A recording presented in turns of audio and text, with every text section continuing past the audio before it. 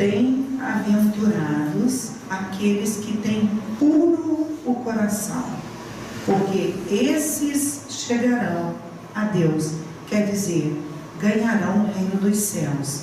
E nós sabemos que o reino dos céus não é um local físico. O reino dos céus, nós temos que entender que é algo que está dentro de nós. É a paz, é a confiança, é o dever cumprido. Então, quando se fala em reino de Deus, não é uma colônia espiritual, mas é o nosso estado espiritual. Então, Jesus, ele disse, o que quer dizer bem-aventurados? Felizes, alegres, aqueles que vêm com a confiança no Pai, confiança em Jesus, confiança nos seus semelhantes. Isso tudo começa quando os apóstolos, certa vez quando Jesus, porque Jesus, ele sentava e conversava assim, naturalmente, sem microfone, tá, gente? Ele conversava e todo mundo ficava caladinho para escutar Jesus, porque eles sabiam que daquela boca sairia tudo que vinha no coração de Jesus, que era a pureza, o bem, a humildade, o amor. Então, certa vez, quando os apóstolos impediram as crianças de se aproximar de Jesus, Jesus chamou a atenção dos apóstolos, com a sua autoridade moral, com o seu carinho, mas ele disse, deixai vir a mim as crianças, pois delas é o reino dos céus, e a quem lhe assemelha. Olha bem, Jesus disse, a quem lhe assemelha.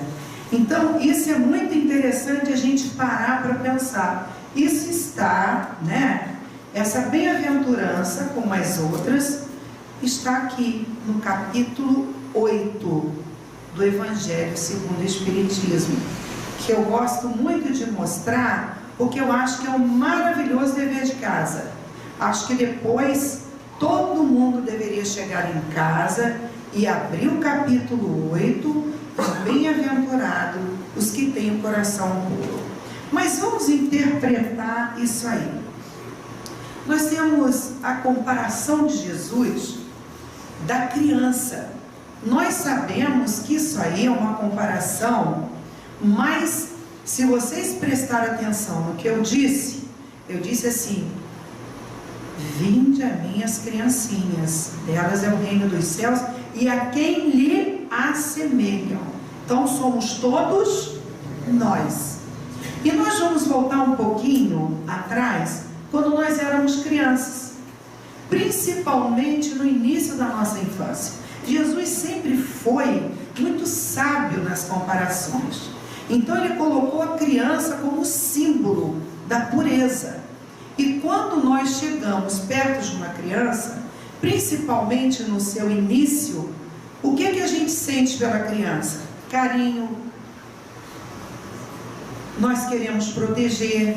Nós achamos aquela criança indefesa, ela precisa de proteção.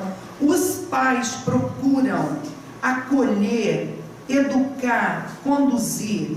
Nós evangelizadores, avós, enfim, todos nós. Então o símbolo da pureza que Jesus colocou foi a criança, porque a criança realmente, ela confia em nós, ela é humilde, ela é simples, e ela está começando tudo de novo. Então, se nós formos olhar a criança como espírito eterno, nós sabemos que a nossa criança, ela foi em muitas encarnações, adultos, pessoas que erraram, mas ela está voltando à Terra. Ela está o quê? Recebendo a oportunidade de uma reencarnação. Então ela está se abrindo para o mundo. Ela novamente está ali confiante no Pai maior, e muitas vezes representado pelos seus pais, pelos seus educadores, enfim, por nós. Então, quando Jesus diz isso, ele fala para cada um de nós. Todos nós que estamos aqui, estamos porque queremos o quê? Melhorar. E ter o coração puro, coração limpo, significa nós deixarmos o quê? As nossas mazelas, corrigir os nossos defeitos, transformar o nosso coração. Que quando Jesus fala de coração, não fala coração fisicamente falando, é uma linguagem também metafórica, porque quando nós falamos de sentimentos, nós falamos do coração. Então, quando Jesus fala, compara a criança e a quem lhe assemelha, então quem é humilde. Então, qual é o contrário da humildade? O orgulho, não é? Quando nós somos orgulhosos. Então, se nós somos humildes de coração, significa que nós confiamos que todos nós somos filhos de Deus e a eles devemos a nossa vida, e a ele nós confiamos que quando chegamos na terra, nós vamos ter a oportunidade de melhorarmos. Então, essa frase no Evangelho, ela é de uma profundidade. Se nós pararmos aqui para falar nessa frase, nós vamos falar muito tempo. Só que esse capítulo, ele não somente fala das crianças, comparando ao puro de coração, também fala do pecado pelo pensamento. É um dos itens desse capítulo. Então, muita gente diz assim, mas como nós podemos pecar pelo pensamento? Porque nós sabemos que tudo começa onde? No pensamento. Não é verdade? Antes de alguém praticar algo ruim, significa que aquilo passou pelo pensamento. Tem gente que diz assim, eu falei sem pensar, eu disse isso sem pensar, eu fiz isso sem pensar, mas não é sem pensar, foi sem avaliar, sem fazer uma reflexão. E nisso aí Jesus deixou muito claro que nós deveríamos nos vigiar. Quando Jesus disse, vigiai e orai, para não caíres em tentação. Mas há uma diferença, que esse capítulo fala do erro no pensamento, pecado, e fala sobre o adultério.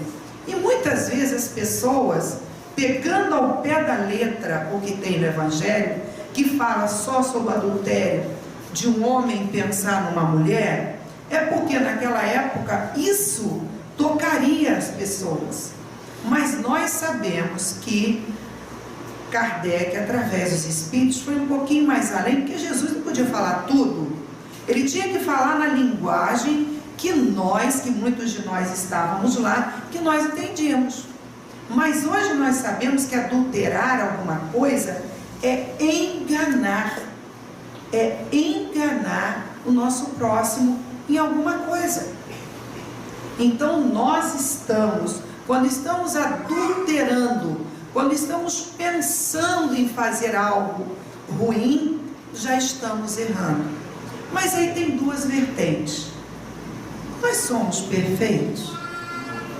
Nós já somos assim completamente puros de coração? Não. Mas estamos chegando lá? Estamos. A oportunidade do renascer nada mais é do que a chance de corrigirmos os nossos erros lá de trás e trilharmos um novo caminho.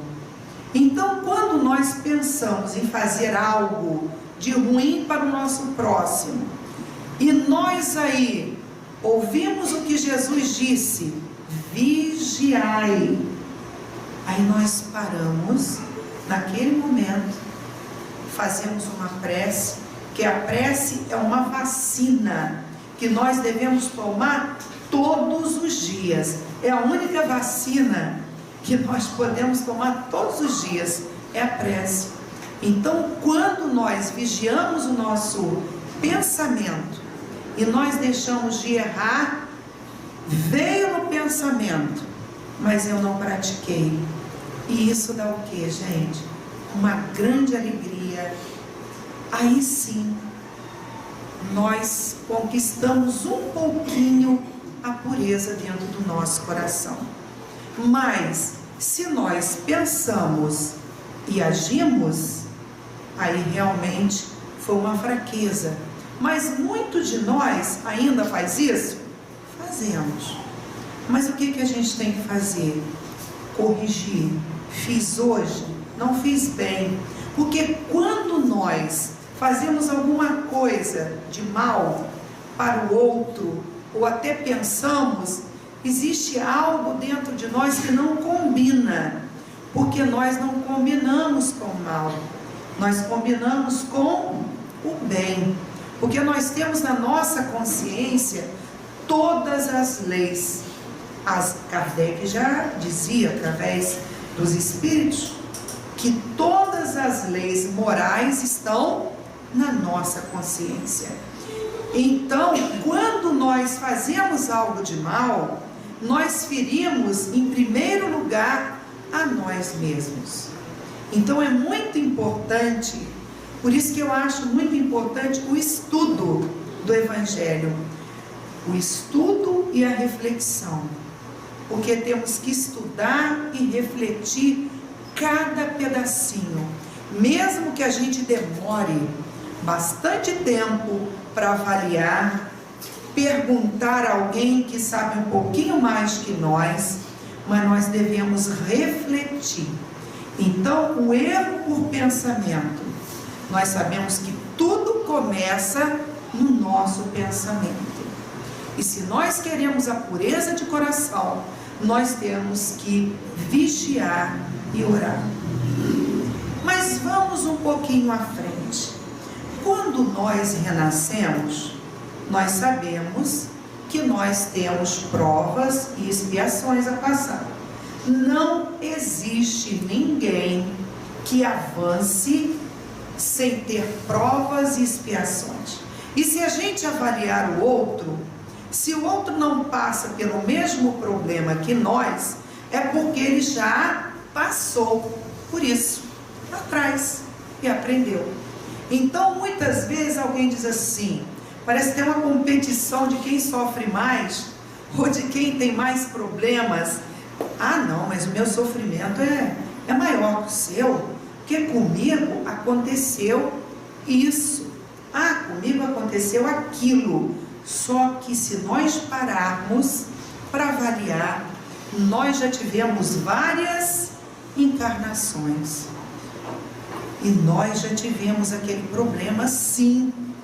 Aquela pessoa que passa pelo problema A ou B, nós não passamos por ele agora, em primeiro lugar, se nós não temos condição de passar. Porque Jesus, na sabedoria, ele nos disse que o Pai nos daria o quê? O que ele falou? Todo mundo. Ele daria algo que não suportássemos? Exatamente. Aquilo, então, se nós não passamos por determinado problema, prova ou expiação, ou já passamos lá atrás e superamos, ou não passaremos porque não teremos condição de passar. Porque a bondade de Deus, ela é infinita. Eu sempre digo que Deus é muito melhor do que nós imaginamos. Então, não precisa de nós fazermos comparação do meu sofrimento com o sofrimento do outro. Porque muitas vezes eu não sofro aquilo porque eu já sofri em outras encarnações e superei. E ou numa outra época virei para isso. Mas vamos imaginar que nós, ao voltarmos para a Terra, nós temos fragilidades no nosso espírito. E qual é a nossa meta? sermos puros de coração, conquistarmos a pureza. E muitas vezes a gente precisa de um reforço. Qual será o reforço? O reforço é a prece? O reforço é a vigilância? O esforço é vir na casa espírita? Sim. Mas tem um reforço que todos nós temos. Quando nós não conseguimos melhorarmos naturalmente, eu digo: Deus, manda um reforço para mim. E às vezes, sabe o que Ele permite? Às vezes um sofrimento, uma doença, para que aquele sofrimento venha sacudir a nossa alma, a nossa essência, para que a gente olhe para o outro lado, olhe para o nosso irmão que sofre, e nós passamos a ser mais sensíveis.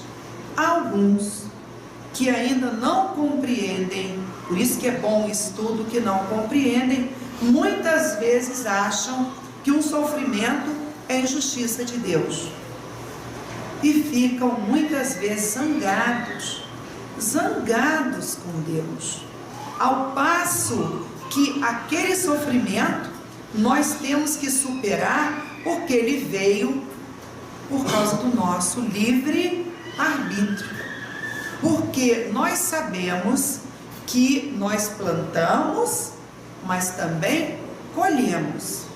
Então, quantas e quantas vezes nós erramos e colhemos aquilo que nós temos para o nosso progresso? Porque se o nosso objetivo é a transformação, é nos transformarmos na pureza, um coração puro, logicamente que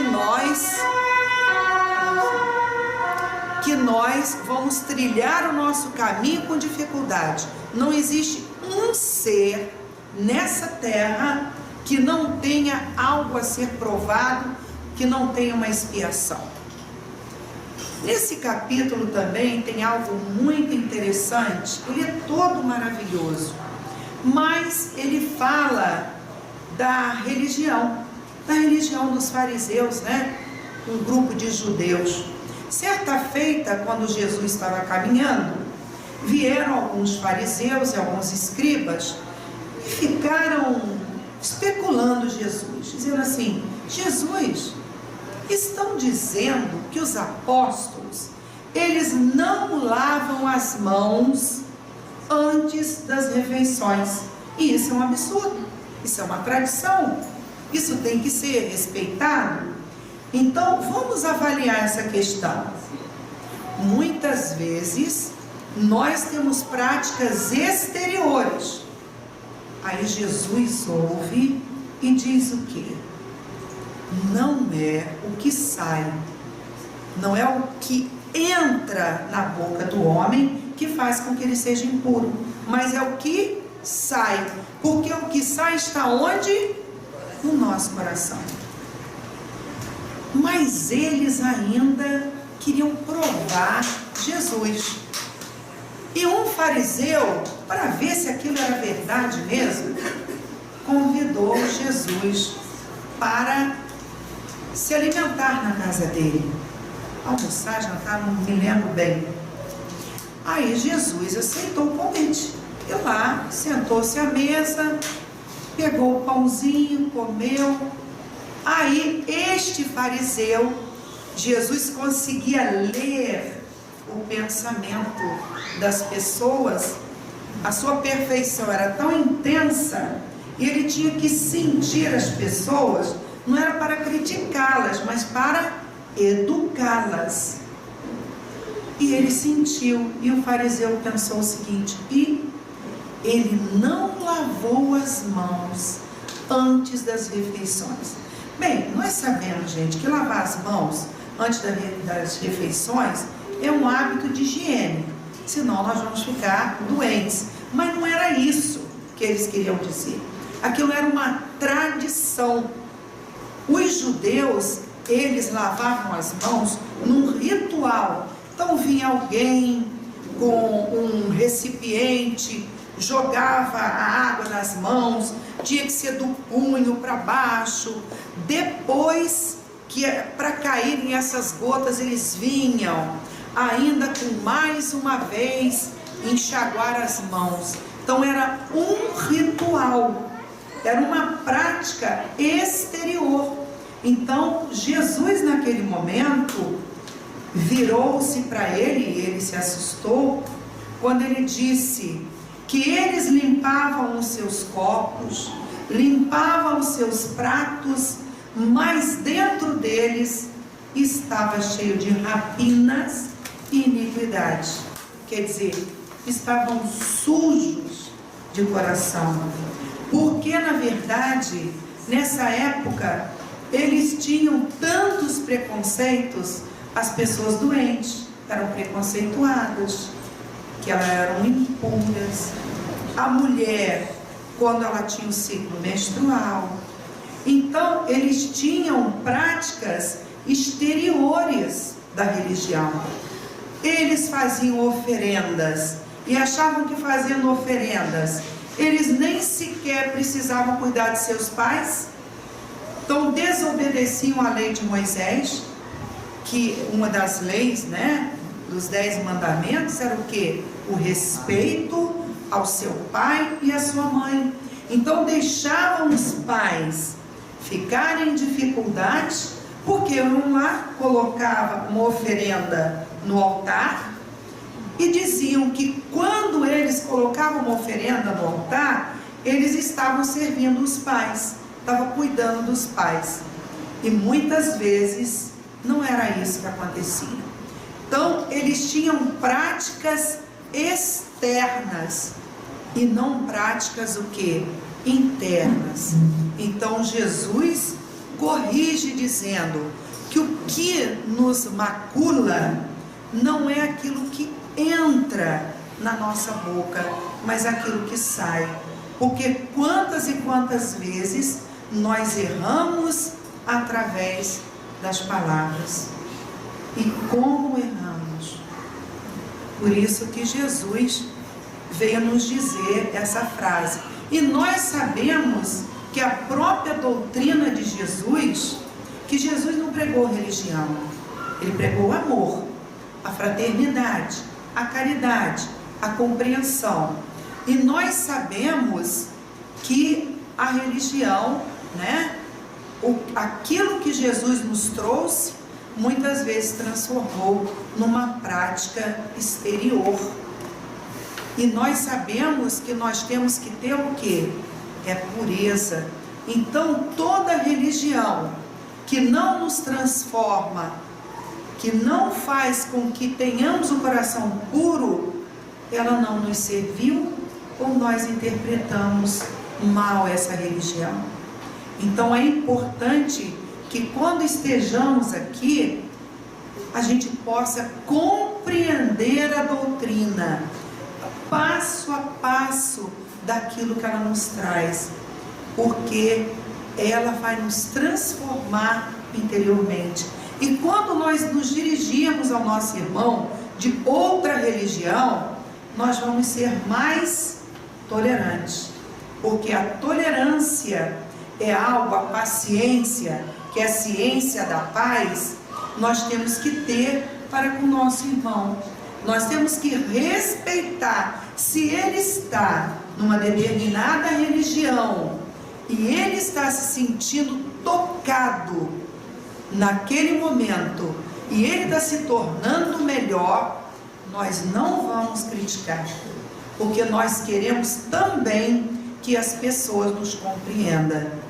Então é muito importante que nós saibamos compreender o outro dentro da sua religião, porque ele está às vezes num estágio que nós já estivemos antes. Então nós estamos criticando algo que nós já fizemos lá atrás, e com o tempo nós fomos progredindo. Então a tolerância também é uma forma de nós alcançarmos a pureza de coração. Bem, nesse capítulo também, tem uma frase que, se nós formos colocar ao pé da letra, nós vamos ficar bem assustados. Mas Jesus falava, naquela época, numa linguagem metafórica, quando ele também falava das parábolas, quando ele falava, por exemplo, né? Se a sua mão é motivo de erro, o que ele disse que nós deveríamos fazer? Será que é isso mesmo? Nossa, eu acho que a gente já estaria sem mão, né? Sem olho, sem pé. Meu Deus, como nós estaríamos? Mas o que ele quis dizer com isso? Em primeiro lugar, que nós devemos cortar os nossos erros, os nossos enganos, mas é aquele reforço que eu falei para vocês. Quando nós renascemos e temos um problema visual, eu falo visual porque eu tenho, né? Tenho que agradecer a Deus de ainda enxergar, mas porque nós lá atrás desrespeitamos o outro, ou forçosamente colocamos ele para trabalhar demais e ele perdeu a visão, ou uma série de coisas. Então, quando muitas vezes nós nascemos com algum problema, é porque nós não tínhamos aquela força para acertarmos e pedimos aquela provação. Então, quantas e quantas vezes lá atrás, a gente aqui esquece, meu Deus, espiritualidade que está, porque nós, antes de renascer, nós somos acompanhados por grupos de espíritos que nos orientam, nós temos aula, nós temos nós damos um trabalho para renascer enorme, até chegarmos aqui. Aí depois tem que conhecer pai com mãe, e traz a gente para conhecer pai, mas na hora a gente diz assim: olha, espiritualidade querida, eu sinto que ainda sou frágil, ainda não tenho uma pureza de coração. Eu queria muito que eu não tivesse assim uma visão tão maravilhosa, porque eu, com uma visão muito boa, eu não vou acertar tanto, eu vou me preocupar em estudar muito e não vou ter uma profissão, vou me inteirar só de coisas materiais. Faz o seguinte para mim: se em algum momento da minha reencarnação eu estiver para piorar, porque ninguém piora, podemos estacionar, mas eu não quero estacionar também, eu quero melhorar, eu quero progredir. Me faça um reforço. E o reforço, às vezes, é uma doença, gente, é uma perda, e às vezes a gente não compreende isso. Quando tudo isso vem, a gente fica muito magoado, e vem alguma coisa para nos sacudir, para que a gente se transforme. Então, quando Jesus fala, se a nossa mão é motivo de erros, de escândalo, é melhor que a gente nasça sem aquela mão. Se eu, com a minha mão, que as mãos são o quê? Aquelas que abençoam, aquelas que trabalham, aquelas que abraçam, aquelas que compreendem, aquelas que acenam. A mão é um instrumento espetacular de trabalho. Então, se ela é motivo para que eu pegue uma arma e acabe com a vida de alguém, num momento onde eu tenho uma profissão, por exemplo, que eu ando com armas, então é preferível que eu não tenha as mãos, porque eu não vou poder ter o quê? Aquela profissão, não é? Porque a gente sabe que nessas profissões de policiais não pode ter nem um dedinho torto, nada, nada. Tem que estar perfeito de corpo físico, normalmente o corpo físico tem que estar. Então, muitas vezes, eu me lembro de uma história de um rapaz que fez prova para policial, todo feliz, passou em tudo, e na hora ele foi lá diante do médico, olhou dente, olhou coração, tudo estava bem. mas ele tinha um dedo torto. E na hora que o ortopedista viu o seu dedo, falou: não, você não vai poder ser um policial. E ele ficou desolado, triste, zangado, porque ele tinha passado em tudo, era o sonho dele. Os colegas passaram, e aí depois de alguns meses, ele ali zangado, os colegas foram numa missão, numa favela, e infelizmente receberam um tiro e desencarnaram. Aí ele parou naquele momento e pensou: meu Deus, eu sou arrimo de família, se eu agora tivesse perdido a minha vida, como seria dos meus irmãos e da minha mãe? Aí ele viu que a bondade de Deus, naquele momento, quando ele teve aquele dedinho torto, era para que ele não entrasse naquela favela, para que ele não perdesse a sua vida, porque a sua vida era muito útil. Não sabemos por que os outros perderam as suas vidas físicas, porque lá também Deus estava protegendo. De repente eles precisavam passar por aquele quadro, por aquilo ali, mas ele não. Então nós temos que pensar que quando Jesus compara a criança aquele que assemelha a criança, é essa confiança, gente, em Deus, é a confiança no Pai. Nós confiamos, então nós somos bem-aventurados quando nós confiamos em Deus. Tem até uma história que esses dias eu recebi, eu já tinha lido, mas eu acho que a gente tem que renovar tudo. Uma criança que sobe até o avião, sozinha, as pessoas observam, ele entra ali com o seu caderninho, com a sua canetinha, fica desenhando o tempo inteiro dentro do avião.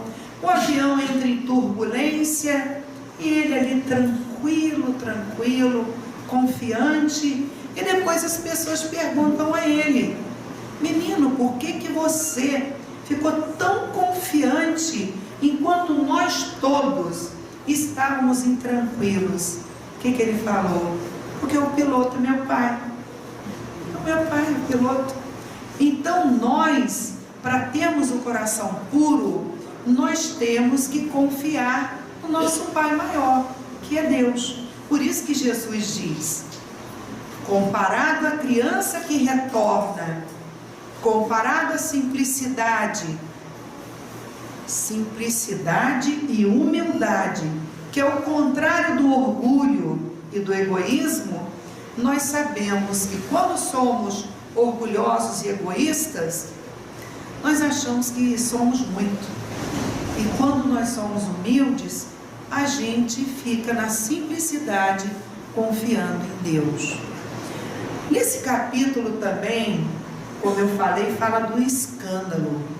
Aí tem gente que acha, que escândalo é simplesmente aquilo que acontece, que deixa todo mundo apavorado. Por exemplo, esses problemas que acontecem com a nossa política são escândalos.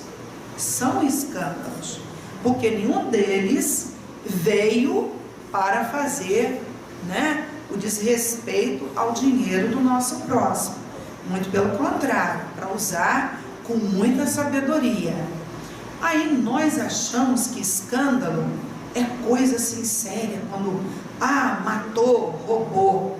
Gente, escândalo significa os erros, são os nossos erros, aqueles erros que a gente se agarra, que fica igual uma cola, que a gente não consegue, que existem coisas dentro de nós, que por mais que a gente lute, parece que o erro nos busca. Por quê? Porque nós já fizemos isso repetidas vezes. Nós já erramos naquele ponto várias e várias vezes. E aquilo que nós erramos várias e várias vezes, fica difícil corrigir. Então, o contrário do escândalo é o acerto, é a vontade da transformação. Porque se nós acertarmos, teremos a pureza de coração. Mas nós sabemos também que Jesus disse que o escândalo haveria de haver. Mas ele disse assim: ai do escandalizador. Não foi isso que ele disse? Então, muitas vezes, uma pessoa do meu lado, ela tem que passar por uma dificuldade. É um aprendizado para ela. Porque nós nos aproximamos daquilo que nós temos que conviver, aquilo que nós temos que aprender. O que não precisamos, nós somos livrados daquilo.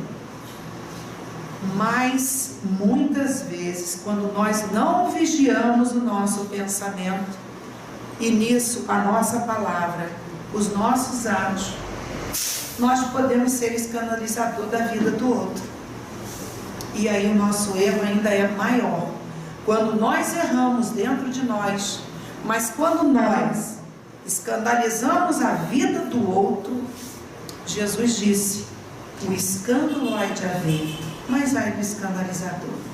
Então, eu sempre tive assim, muita preocupação em tudo que eu li no Evangelho. Eu devo ter feito muita coisa lá no passado, e eu nasci com um pouquinho mais de consciência nessa vida, mas esse capítulo e esse item era o que mais me chamava a atenção, sempre me chamou a atenção. Não seja jamais a escandalizadora de ninguém. Então eu vivia assim, ocupada em pensar, acertar os meus passos, para que eu não errasse com o meu próximo, para que eu prejudicasse a felicidade daquela pessoa.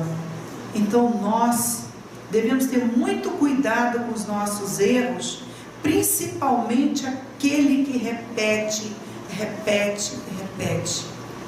Em primeiro lugar, erro que se repete se transforma em doença física. Quando nós repetimos erros constantemente, repetidamente, eles agridem o nosso corpo físico. É tão forte aquela energia, aquela repetição daqueles erros, que eles se transformam em doença que macula o nosso corpo físico e muitas vezes macula o perispírito, e até mesmo na outra encarnação que teremos na frente. Eu passei para trás, mas é na frente. Não é ré, é para frente. Então, esses erros que nós repetimos demais, eles se transformam em doenças. Então, quando nós adoecemos, nós temos que conversar conosco, porque o nosso corpo está dando um sinal. Que sinal é esse? O que eu preciso melhorar? Por que eu adoeci? Por que se repete? Aí, muitas vezes, nós que vemos um cisco no olho do nosso irmão, não vemos a trave no nosso, nós não vemos. Aí nós temos que ter, às vezes, alguém que não é muito nosso amigo, entre aspas, porque ele será usado naquele momento para dizer assim: você percebeu que você mente muito? Você percebeu que você é vaidosa demais? Você percebeu? Aí a gente fica impactado. Aí à primeira vista a gente fala que nada, sem implicância. Aí numa outra fase vem uma segunda pessoa que às vezes também é nosso, não é nosso amigo, eu falo entre aspas porque está nos ajudando, então é amigo. Aí novamente a pessoa fala: você está mentindo muito, você está enganando, você é vaidosa. Aí eu penso: duas pessoas já me disseram isso? Mas quando a terceira fala, acabou, posso acreditar. Mas quando nós conversamos conosco, fazemos a meditação, gente. É algo que quase nenhum de nós faz. É a meditação. Até mesmo Jesus, perfeição, ele fazia meditação. Ele ia na natureza, no Monte das Oliveiras, e fazia mentalização. Não é porque ele repetia erros, não. É porque ele queria chegar ainda mais até o Pai, para que ele nos ajudasse ainda mais. Então nós temos que fazer meditação, afastar do barulho, colocar uma música calma e dizer: Senhor, me ajuda, espiritualidade amiga, me intua, coloca os meus passos certos, eu quero melhorar o meu eu quero ser mais feliz. E é isso que nós temos que fazer. Então, nesse livro também, que eu acho que termina 8h30? Bem, então, deixa eu concluir aqui. Jesus também fala, nesse capítulo, sobre a pessoa que nasce cega. E ele diz que muitas vezes, tantas e tantas vezes que ele curou pessoas, é porque foi a permissão de Deus. E naquele momento, ele não poderia curar aquela menina, porque ela tinha que passar por aqueles momentos. Porque sem a visão, ela iria errar menos. Vocês leiam o capítulo, olhar bem, avaliar bastante. Então, quantas e quantas vezes Jesus curou porque foi permitido pelo Pai. Quando nós curamos a nossa alma. Então, quando nós nos curamos de uma doença, é porque nós curamos o quê?